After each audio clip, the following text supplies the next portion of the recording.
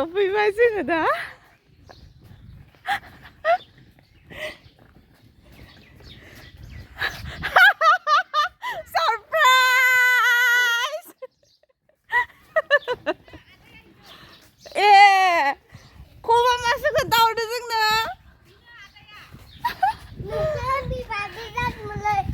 नोंसा happy birthday जादोंमोनलै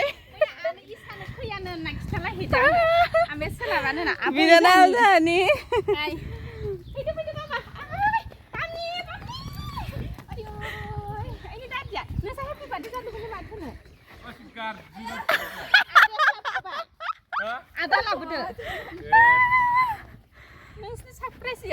surprise जोंनि मानो थगायनाय बेवाया खमाबा खोन्थानायमोन नामा नै बिखुनजोआ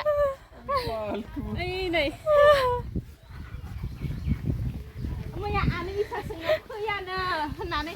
खिथालायदों आमायाबो बेरायखानो सोलाबनाय नङा दा मानि अरुणाचलावनो खिथालायदों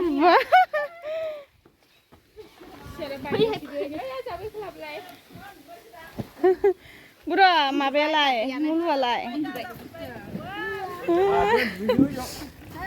खोथ' इदि होनदो इ बेग खरस लानो होनानै गिदिरफोरा लांफिनगोन होनलायदों सोरो दाख्लै ब्लगाव नुखादों दा सफैबाय जोङो मैसाना बार्थडे सारडे जोबजोब्बाय ओमफ्राय न केक लाबोनो साननायाबो जायासै माने गहपुर टाउनसो फैयासै नालाय ओंखायनोथ' मोनफैयासै जोङो थ' दा बेनो जाहैबाय जोंहानि बिनानाव लाहानि न'आ बेनो आरो गहपुरावहाय थ' दा दसे जिरायनोसै रेस्ट लानोसै फैनायनि मेन कारना जाहैबाय बिथांनि बार्थडे एप्रिलाव बार्थडे नै बेनिया जाहैबाय 2 एप्रिलावहाय ओमफ्राय दिनैहाय 2 एप्रिल नालाय थ' बेनि बार्थडे ओमफ्राय जोब्बायनो बार्थडेया बिसोरा उन्दुनानै दङ ओमफ्राय जोंहा फोजाबाय थादों आबा नि फिसाला बियो 2 years कमप्लिट जाबाय दिनैहाय 2 years आयु आबा जाबाय जों फैजाबायबा नै इयो हासुनायसो नामा मानो एसेनो दोनदो बेखौ सुइनां थरखो मिमि लायनो ओइ नैहाय दङ हरगोलाय रानि रानि हरगोलाय मिमि नायनो हरगोलाय जाया जायो बेबो बर' बिफासो थायो गावा दानो जाबानो गाबगोन दङ इनाबो बथल इसान फैनायखायसो देयो न'आव थानायबा थाखौसो ओइ बोरैबा आगैनाव गाफ्लांगोन नाबा आबा सिखारसिगोन इयो बेंनाय नंला थाब गोसोबायदि उन्दुनो नै सिखारबाय आयौ फोजाबाय जोंहा फोजाबाय फिसा आबा बार्थडे बय बोरो नोंनि गिफा बोरो गुलु नोंनि गिफा बाबुनो लाबनाया बोरो दे होदो आगैनो होदो खेवनानै होयो नामा पेकेटैनो हो दे हो होबाय आं होदो नोंना दंखायो बेलेग नोंना दंखायो ओमफ्राय हाय आलासि न'आव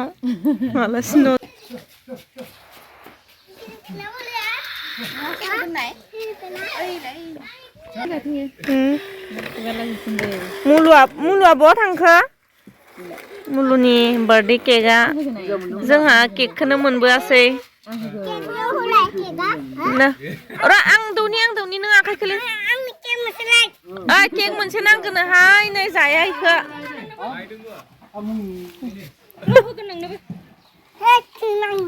खिनांबाय ओमफ्राय गस्लायाव फुगारना लाबाय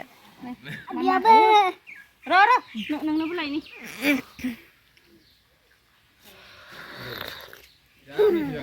कैसा है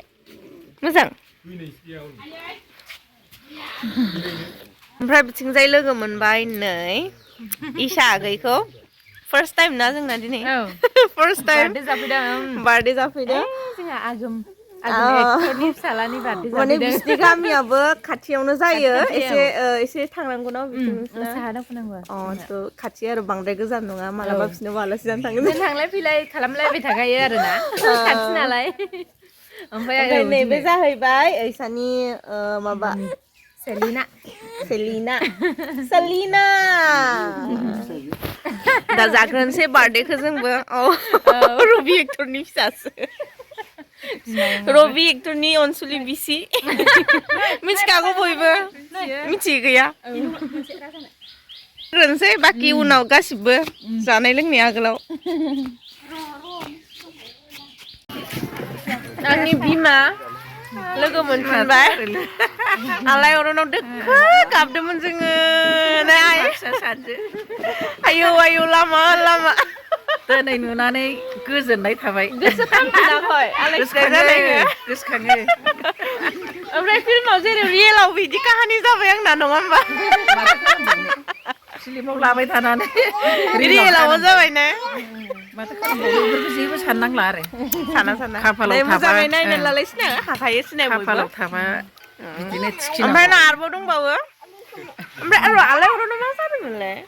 सोर मा लादोंमोनलाय बावबायलै आंबो आलायअरनावमोन माबा बिनि फिसाखौसो ओमफ्राय आङो आबौजों मालाबाबो माने ज' खालामनो मोनफेराखै खिन्थु एखे फिल्माव थायो खिन्थु माने ज' खालामफेराखै आरो एक्टिं बेयो आबौ जायो जोंनि ओमफ्राय फुंजा आदानिबो बिफा बिथाङा बेरायमोनै आबौ बिराद मोजां एक्टिं खालामो ओरैबायदि मोजां मोनो आङो आबौनि एक्टिंखौ माने नेचारेल गाबनो ओंखारलायो आङो बे आरो दिनैसो लोगो मोनदोंना दिनै नोंहा लोगोथ' मोनबाय थायो खिन्थु माबा बिदिहाय एक्टिं खालामनो मोनफेरा आरो ओमफ्राय दिनै मोजां रायलायनो मोनफेरबाय रायलायनोबो मोनफेरामोन जों खनसेबो माने शुटिंआ बेलेग बेलेग इदि सिकुवेन्स थायोमोन जोंनिया एकदम ज' इदि लोगो मोनफेरखायाखै आरो दिनै माबाखौ बै देलाव सिङाव बावखुंग्रि रिहार्सेल खालामग्रोलायबावो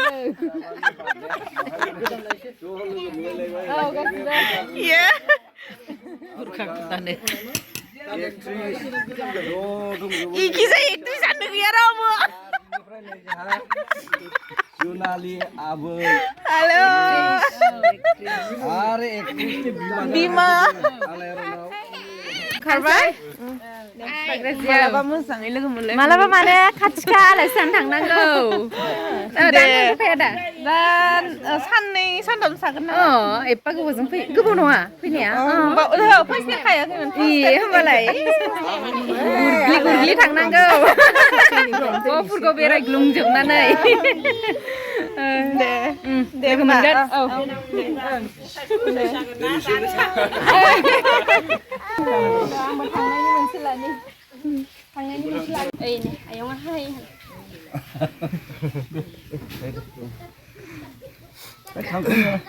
थांखुना एसे जालांसै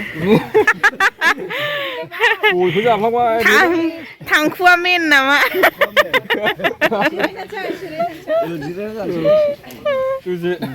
थांखुआ मेन बाबायाथ' माबा मोनसे खामानि मावनो नागिरबाबो थांखुआ जागोन ओमफ्राय थांसिगोन आबौमोना थांनो ओंखारबाय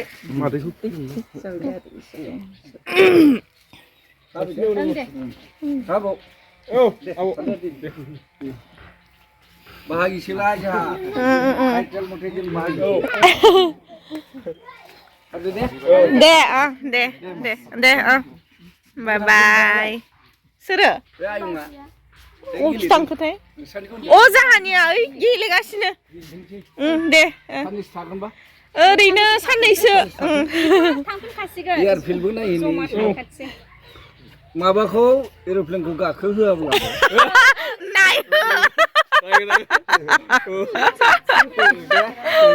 दे दसे मोजां नांबाय मेंनाया स्रां खारजोबलाय दे